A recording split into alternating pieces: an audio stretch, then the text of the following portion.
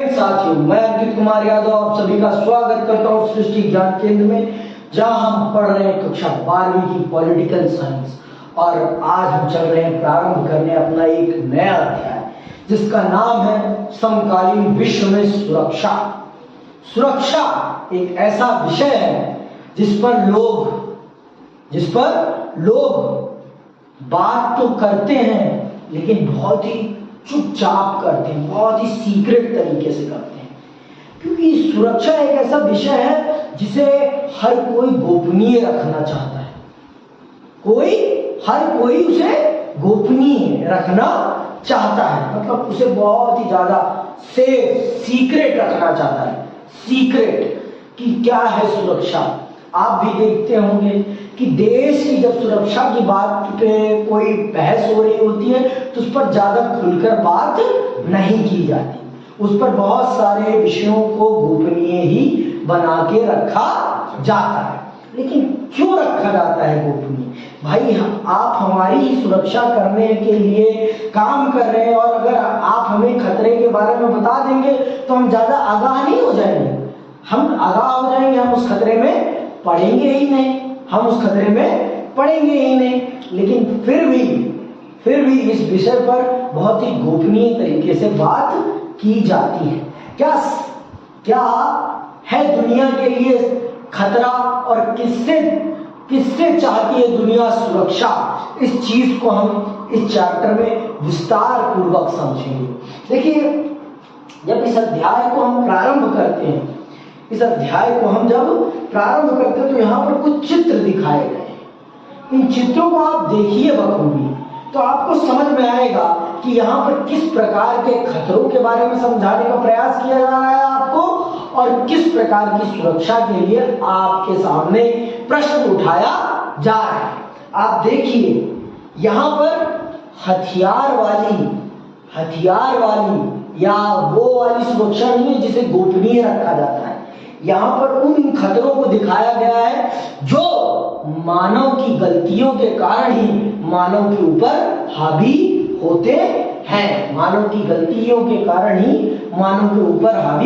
होते हैं। तो पहले आज मैं आपको इस अध्याय में जो चीजें पढ़ाऊंगा, समझाऊंगा, उनका मैं आपको विस्तार पूर्वक परिचय दूंगा। आज मैं आपको इस चैप्टर का पूरा कंप्लीट इंट्रोडक्शन दूंगा, और फिर क्या है सुरक्षा क्या है इसके संबंध में मैं आपको बताऊंगा कि क्या है सुरक्षा, किससे है इस सुरक्षा को खतरा। ये सारी की सारी चीजें मैं आपको बताऊंगा। फिर आगे के अध्याय में हम सुरक्षा के विभिन्न पहलुओं को विस्तार पूर्वक समझते हुए आगे बढ़ेंगे। हम सुरक्षा के विभिन्न पहलुओं को विस्तार पूर्वक पढ़ते हुए आगे बढ़ेंगे। तो चलिए प्रारंभ करते हैं और जानते हैं कि हमारे समाज में सुरक्षा के लिए किस प्रकार के खतरे हैं, और हमारा समाज किस प्रकार के खतरों से जूझ रहा है। तो आइए, विश्व राजनीति के बारे में पढ़ते हुए अक्सर हमारा सामना सुरक्षा अथवा अंतरराष्ट्रीय सुरक्षा जैसे शब्दों से होता है ना। जब भी हम पढ़ते हैं तो हमारे सामने ये दो शब्द जरूर आते हैं, सुरक्षा और अंतरराष्ट्रीय सुरक्षा। अरे, आपका अंतरराष्ट्रीय संगठन ही इसीलिए बना है। अंतरराष्ट्रीय संगठन का निर्माण ही इसीलिए कराया गया कि वो विश्व में शांति और सुरक्षा को बनाए रखे। तो क्या है ये सुरक्षा, ये जानना और समझना सबके लिए बहुत जरूरी हो जाता है। तो आइए, हम सोचते हैं कि इन शब्दों के अर्थ हमें मालूम है। हम सब सोचते हैं कि हम सबको इस सुरक्षा सिक्योरिटी शब्द का अर्थ मालूम है, लेकिन जितना हमें मालूम है ना, उससे कहीं ज्यादा ये पेचीदा इसका अर्थ है। इसका अर्थ उससे कहीं ज्यादा पेचीदा है, और इसको समझना और जानना हमारे लिए बहुत जरूरी है। और जब तक हम जानेंगे नहीं, समझेंगे नहीं, तब तक हम कभी भी इसका सही अर्थ नहीं समझ पाएंगे। हमारे समाज में जो सुरक्षा को लेकर जो विषय है, संबंध है, और जो चीजें हैं, जो अफवाहें हैं ना, आप ये चैप्टर जब पढ़ लोगे तो आपको सुरक्षा का सही अर्थ पता चल जाएगा। सुरक्षा का सही अर्थ पता चल जाएगा। आपके जीवन को किससे खतरा है आपको वो भी पता चल जाएगा। ये पढ़ना इसीलिए इतना जरूरी है। तो आइए पढ़ते हैं। बहस या चर्चा को रोकना हो तो अक्सर इस जुमले का इस्तेमाल होता है।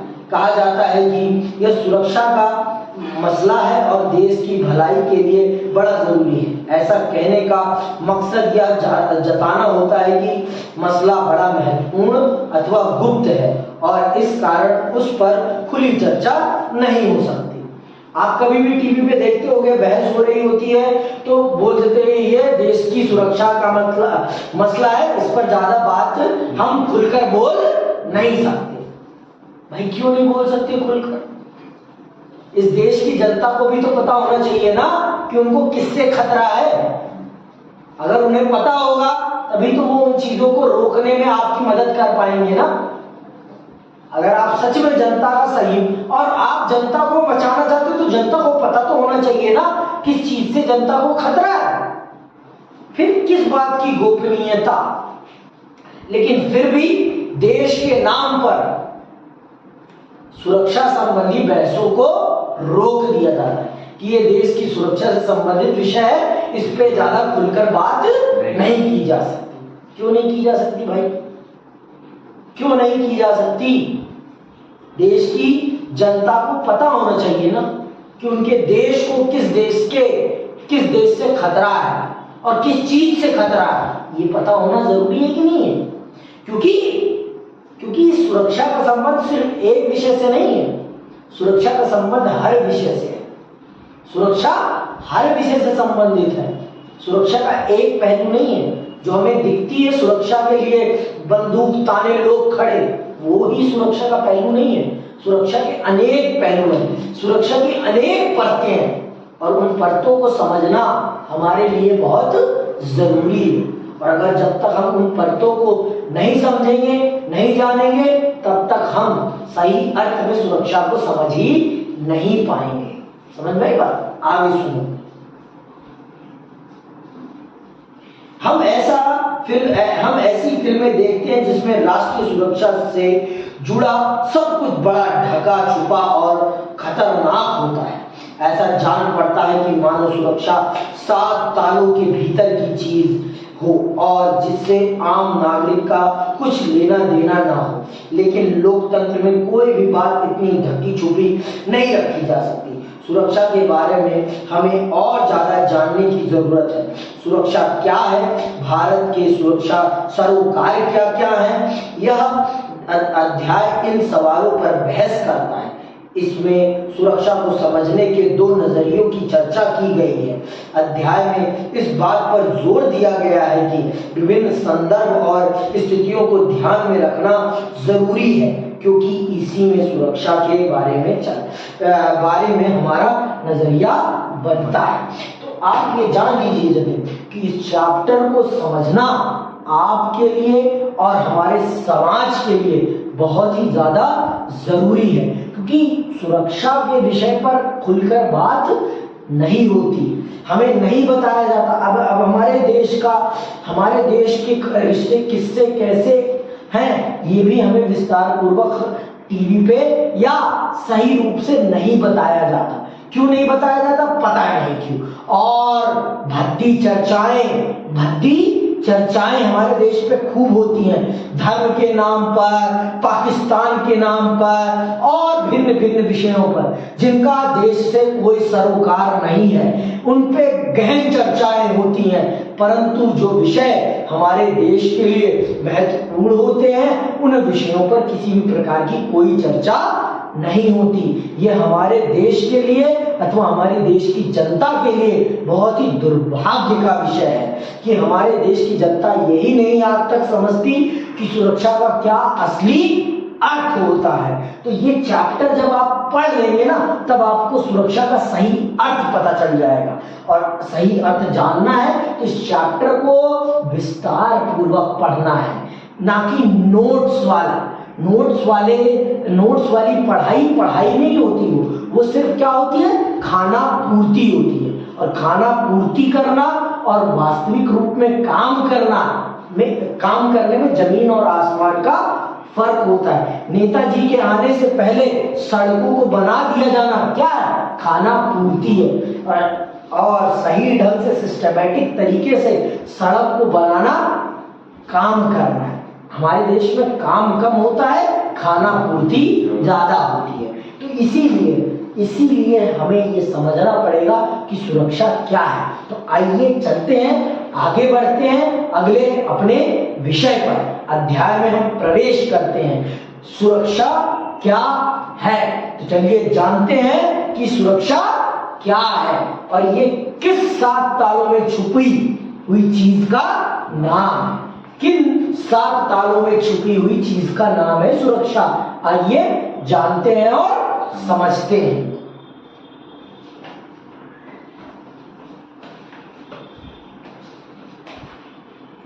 सुरक्षा का बुनियादी अर्थ है खतरे से आजादी। सुरक्षा का बुनियादी अर्थ क्या है? खतरे से आजादी। जब मैं खतरे से आजाद हो जाऊंगा तो मैं सुरक्षित हूं, मैं सुरक्षित हूं। अब आप बताओ मुझे, क्या हम खतरे से आजाद हो सकते हैं? हम खतरे से आजाद हो सकते हैं? कभी नहीं हो सकते। किसको पता है कि हम इस रूम में सुरक्षित हैं या नहीं हैं? किसको पता है? ये भगवान ना जाने कब ये पंखा हम पर गिर जाए, किसी को पता है? हाँ? किसी को नहीं पता सुरक्षा क्या है। फिर भी सामान्य तौर पर हम अभी अपने आप को खतरे से मुक्त मानेंगे। हम अपने आप को सामान्य तौर पर खतरे से मुक्त मानेंगे। क्यों? क्योंकि हम पर किसी भी प्रकार का और कोई दबाव नहीं है। हम इसे क्या मानेंगे? ये प्राकृतिक खतरा है, ये एक्सीडेंटल खतरा है। हम इस प्रकार के खतरों को अपनी सुरक्षा के लिए खतरा नहीं मानते, क्योंकि ये परिस्थितियों पर निर्भर है, ये समय पर निर्भर है। इनको हम खतरा नहीं मान सकते। लेकिन हाँ, सड़क पर चलते हुए लोगों का पर्स चोरी हो जाना, लोगों के ऊपर चाकू मार दिया जाना, इसको खतरा जरूर माना जाए। इसको ये मानव निर्मित खतरा है। ये क्या है? मानव निर्मित खतरा। ये मनुष्य के द्वारा निर्मित किया गया खतरा है। ये मनुष्य के द्वारा खतरा, तो हम इसको अपनी सुरक्षा के लिए खतरा मानेंगे। हम इसको अपनी सुरक्षा के लिए खतरा मानेंगे। आइए विस्तार से समझते हैं कि हम किसको अपने जीवन के लिए खतरा मानते हैं और किसको हम अपने जीवन के लिए खतरा नहीं मानते। तो जैसा कि मैंने आपको बताया, पंखे का गिरना हमारी सुरक्षा के लिए खतरा नहीं माना जाए। वो एक अलग परिस्थिति है, वो एक अलग खतरा है। उसे हम सुरक्षा के लिए दैनिक जीवन में हम इसे सामान्य रूप से खतरा नहीं कहेंगे। हम इसे क्या कहेंगे? इसे हादसा कहेंगे। इसे हम सुरक्षा के लिए खतरा नहीं कहेंगे। तो सुरक्षा का अर्थ क्या है? सुरक्षा का अर्थ क्या है सामान्य तौर पर? खतरे से आजादी। खतरे से आजादी। तो अगर आप खतरे से आजाद हैं तो आप सुरक्षित हैं। सुनना आगे। मानव का अस्तित्व और किसी देश का जीवन खतरे से भरा होता है। तब क्या इसका मतलब यह है कि हर तरह के खतरे को सुरक्षा का खतरा माना जाए? तो क्या हर तरह के खतरे को खतरा माना जाएगा? हम इसको खतरा नहीं मानेंगे। एक्सीडेंट को हम सुरक्षा के लिए खतरा नहीं मान सकते। हम ना एक्सीडेंट को सुरक्षा के लिए खतरा नहीं मान सकते।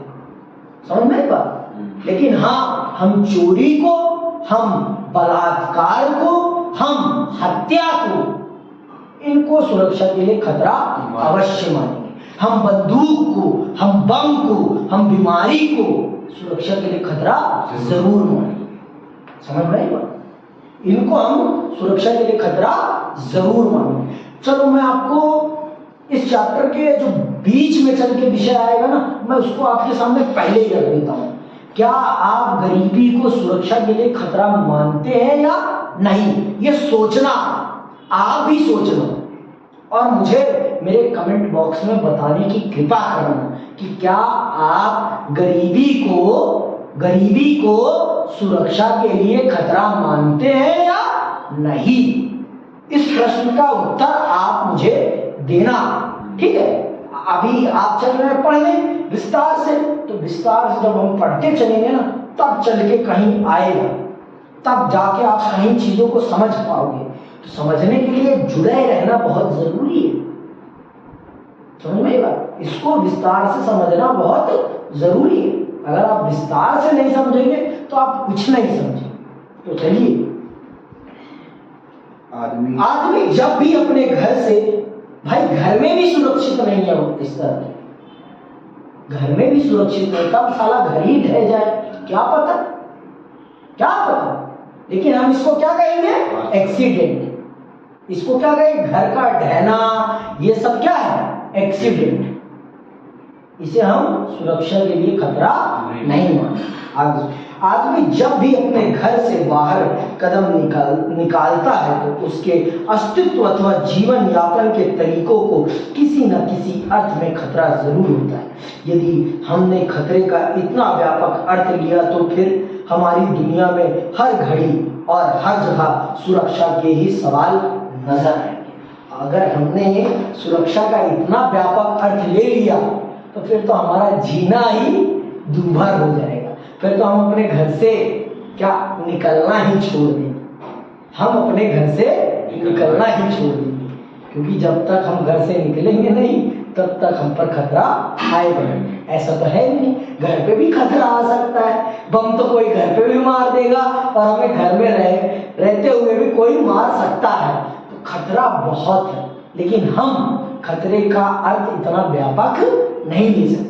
हर चीज को हम सुरक्षा के लिए खतरा नहीं मान सकते, हर चीज को हम सुरक्षा के लिए खतरा नहीं मान सकते, ये बात आप जानिए। हम हर चीज को सुरक्षा के लिए खतरा नहीं मान सकते। आगे सुनिए, इसी कारण जो लोग सुरक्षा विषयक अध्ययन करते हैं उनका कहना है कि केवल उन चीजों, ध्यान से सुनो, केवल उन चीजों को सुरक्षा से जुड़ी चीजों का विषय बताया जाए जिससे जीवन के केंद्र मूल्यों को खतरा, जिससे जीवन के केंद्र मूल्यों को खतरा। अब हमें ये जानना पड़ेगा कि जीवन के केंद्र मूल्य क्या है, जीवन के केंद्र मूल्य क्या है। जो सुरक्षा संबंधी विषयों को पढ़ते हैं वो लोग क्या कह रहे हैं कि सुरक्षा के लिए खतरा उन्हीं विषयों को माना जाना चाहिए जो जीवन के केंद्र मूल्य है, केंद्र मूल्य है। तो अब हमें यह जानना पड़ेगा कि जीवन के केंद्र मूल्य क्या है। तो जीवन का सबसे पहला केंद्र मूल्य क्या है, हमारी खुद की जिंदगी, जान, हमारी खुद की जान। और अगर हमारी खुद की जान ही नहीं रहेगी तो फिर जीवन ही नहीं रहेगा। तो जो चीज, जो भी खतरा आपकी जान पर खतरा मंडरा दे, जो भी खतरा आपकी जान या जिंदगी पर खतरा ला दे, वो सुरक्षा के विषय में आता है। वो आर्थिक विषय भी है, वो सामाजिक विषय भी है, वो राजनीतिक विषय भी है और वो आतंकी विषय भी है। समझ में? आपके जीवन को इन चारों पहलुओं से खतरा है। अगर आपके पास नौकरी ही नहीं रहेगी तो आपके जीवन को संकट होगा कि नहीं होगा? हाँ? और अगर समाज आपको धुतकारता रहे, लात मारता रहे, तो आपका जीने का मन करेगा? नहीं। आपका जीने का मन करेगा? और आप एक देश में रह रहे हैं, अगर आपसे आपके राजनीतिक अधिकार ही छीन लिए जाएं तो आप सम्मानपूर्ण जीवन जी पाएंगे? अधिकारहीन जीवन कोई जी पाएगा? कोई बदतर जीवन जीना चाहेगा? नहीं।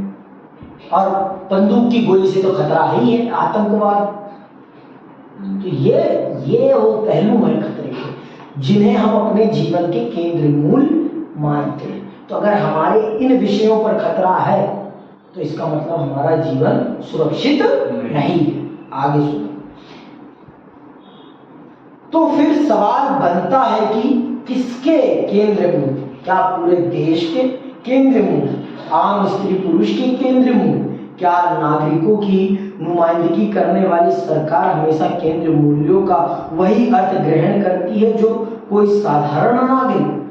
क्या हमारी सरकार वही अर्थ ग्रहण करती है जो हम ग्रहण करते हैं? जिन चीजों को हम मानते हैं कि हाँ यही मेरे जीवन के केंद्र मूल्य है, तो क्या सरकार भी उन्हीं चीजों को वैसी मानती है? देखो, हमेशा अंतर होता है।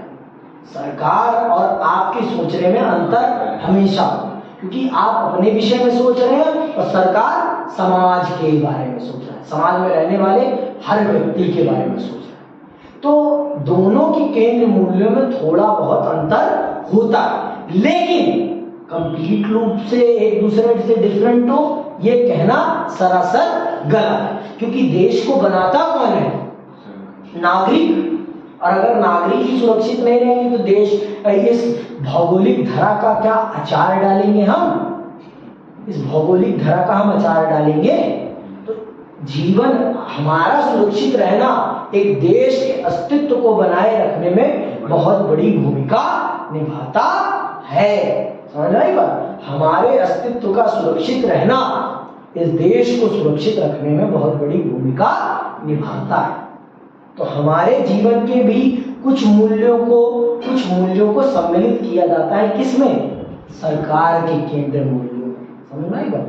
हमारे और सरकार के केंद्र मूल्यों में थोड़ा बहुत ही अंतर होता है, बस थोड़ा, ज्यादा अंतर नहीं होता है। आगे सुनिए। इसके अतिरिक्त जब हम केंद्र मूल्यों पर मंडराते खतरे की बात करते हैं तो यह सवाल भी उठता है कि ये खतरे कितने गहरे होने चाहिए। जो मूल्य हमें प्यारे हैं, कमोबेश उन सभी को बड़े या छोटे खतरे होते हैं। क्या हर खतरे को सुरक्षा की समझ में शामिल किया जा सकता है? जब भी कोई राष्ट्र कुछ करता है अथवा कुछ करने में असफल होता है तो संभव है इससे किसी अन्य देश के केंद्र मूल्यों को हानि पहुंची हो।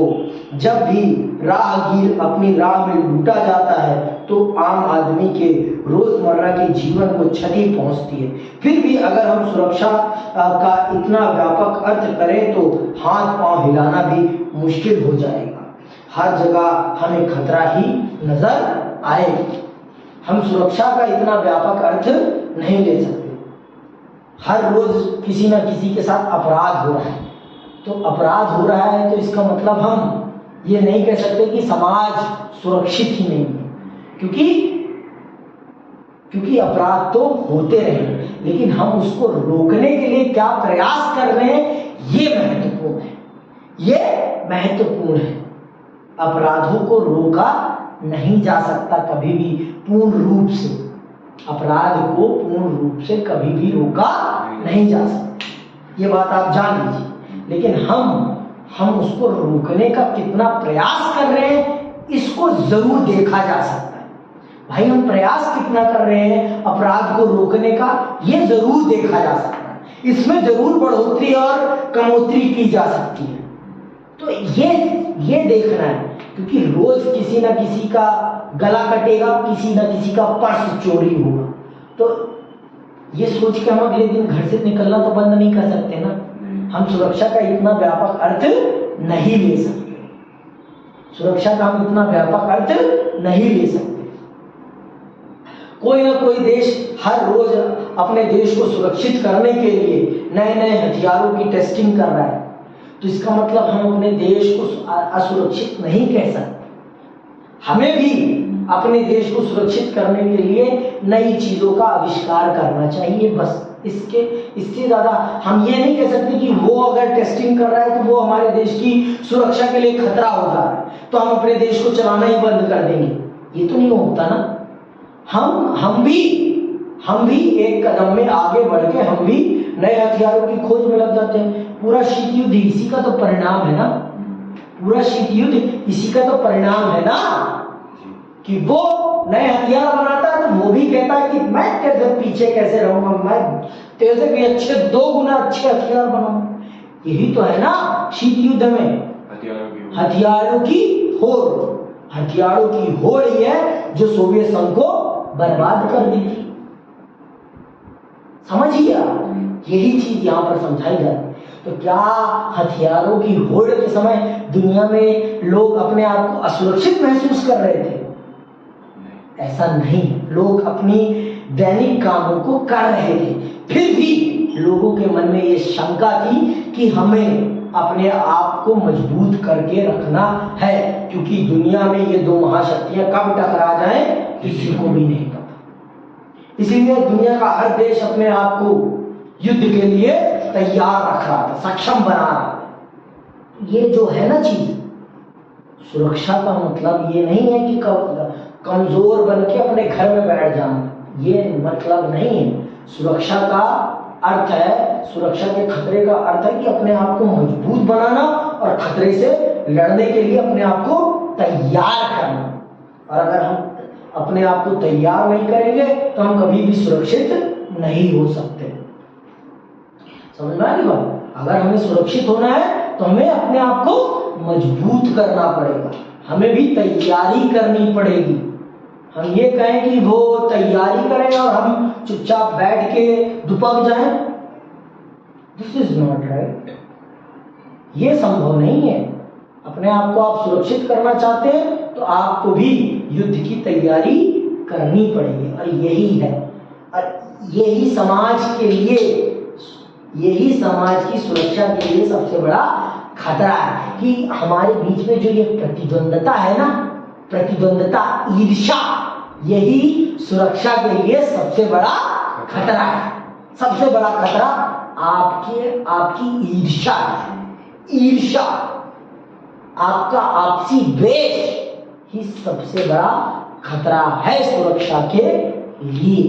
अगर हमारे बीच में ये ईर्ष्या और द्वेष नाम की दो चीजें गायब हो जाए ना तो सुरक्षा के लिए कोई खतरा नहीं। हमें पाकिस्तान की सीमा पे इतनी सेना क्यों लगानी पड़ी है? क्योंकि पाकिस्तान हमसे ईर्ष्या करता है, उसकी सेना, जनता नहीं, उसकी सेना हमसे ईर्ष्या करती है।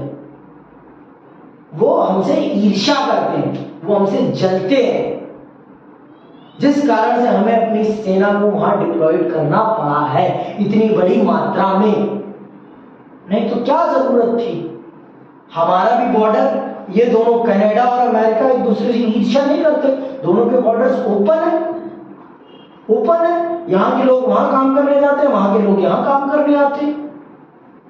ये उदाहरण है। ये बात आप समझिए कि ईर्ष्या और द्वेष ने ही अपना और पाकिस्तान के बॉर्डर को ब्लॉक कर रखा। नहीं तो क्या जरूरत है इतनी बड़ी सीमा रेखा बनाने की, उस पे फेंसिंग लगाने की, उसमें करंट दौड़ाने की और उसकी सुरक्षा में इतने सारे जवान खड़े करने की हथियारों के साथ। आप मुझे बताएं, क्या जरूरत थी? कोई जरूरत थी नहीं। बस ईर्ष्या और द्वेष ने ये कर रखा है कि हमें उनसे खतरा है, उनको हमसे खतरा है। समझ में आई बात? तो सबसे बड़ी सुरक्षा के लिए खतरा क्या है? ईर्ष्या और द्वेष। आगे सुनो। इस तरह देखें तो हम इन बातों से एक निष्कर्ष निकाल सकते हैं, सुरक्षा का रिश्ता फिर बड़े गंभीर खतरे से है। ऐसे खतरे जिनको रोकने के उपाय न किए गए तो हमारे केंद्रीय मूल्यों को अपूर्णीय क्षति पहुंचे।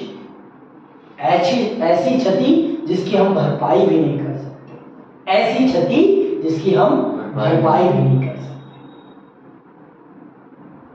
समझ में आई? चोरी होना सुरक्षा के लिए खतरा नहीं माना जा सकता, लेकिन गला काट दिया जाना, लोगों की हत्या कर दिया जाना, इसको जरूर सुरक्षा के लिए खतरा माना जाना चाहिए। बलात्कार कर दिया जाना, समझ में पता, लोगों का घर जला दिया जाना, जैसे नूह में हुआ अभी, इसको हम मान सकते हैं कि ये सुरक्षा के लिए खतरा है।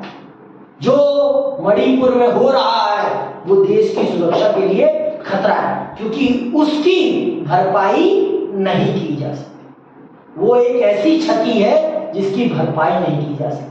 क्या हम किसी के जीवन को उसे पुनः वापस कर सकते हैं? लेकिन धन संपत्ति वापस की जा सकती है, लेकिन जीवन वापस नहीं किया जा सकता। तो अब आपको समझ में आ गया केंद्र मूल्य क्या है इंसान के लिए? जीवन। जीवन सबसे बड़ा केंद्र मूल्य है किसी भी व्यक्ति के लिए। समझ में आ गई बात? सबसे बड़ा केंद्र मूल्य क्या है? जीवन। तो जिस विषय से आपके जीवन पे खतरा आ रहा है उस विषय को हम खतरा मानेंगे सुरक्षा के लिए। ठीक है, ये बातें तो ठीक है, फिर भी हमें यह स्वीकार करना चाहिए कि सुरक्षा अपने आप में भुलैयादार धारणा है। मिसाल के लिए हम यह पूछ सकते हैं कि क्या सदियों अथवा दशकों से विभिन्न समाजों में सुरक्षा की एक समान धारणा चली आ रही है?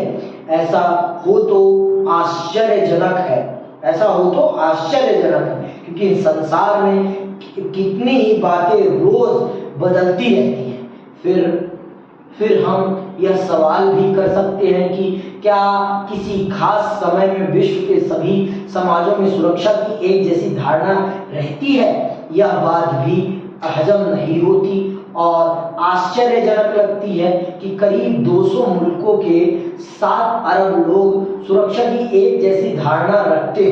ऐसे में आपको यह जानकर कोई धक्का नहीं लगेगा कि सुरक्षा एक विवादग्रस्त धारणा है। आइए सुरक्षा की विभिन्न धारणाओं की दो कोटियों में रखकर समझने की कोशिश करते हैं, यानी सुरक्षा की पारंपरिक और अपारंपरिक धारणा। देखो पूरी दुनिया में ना सुरक्षा की एक जैसी धारणा नहीं है। पहली बात, सुरक्षा को एक जैसा नहीं माना, कहीं पर किसी चीज से खतरा है, किसी को किसी और चीज से।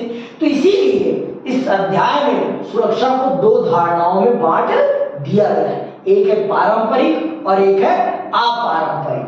एक है पारंपरिक और एक है अपारंपरिक। तो इसको हम विस्तार से समझेंगे। पारंपरिक सुरक्षा की धारणा क्या है और अपारंपरिक सुरक्षा की धारणा क्या है, इनको हम बहुत ही विस्तार से समझेंगे। पहले तो हम इस कार्टून को समझ लेते हैं।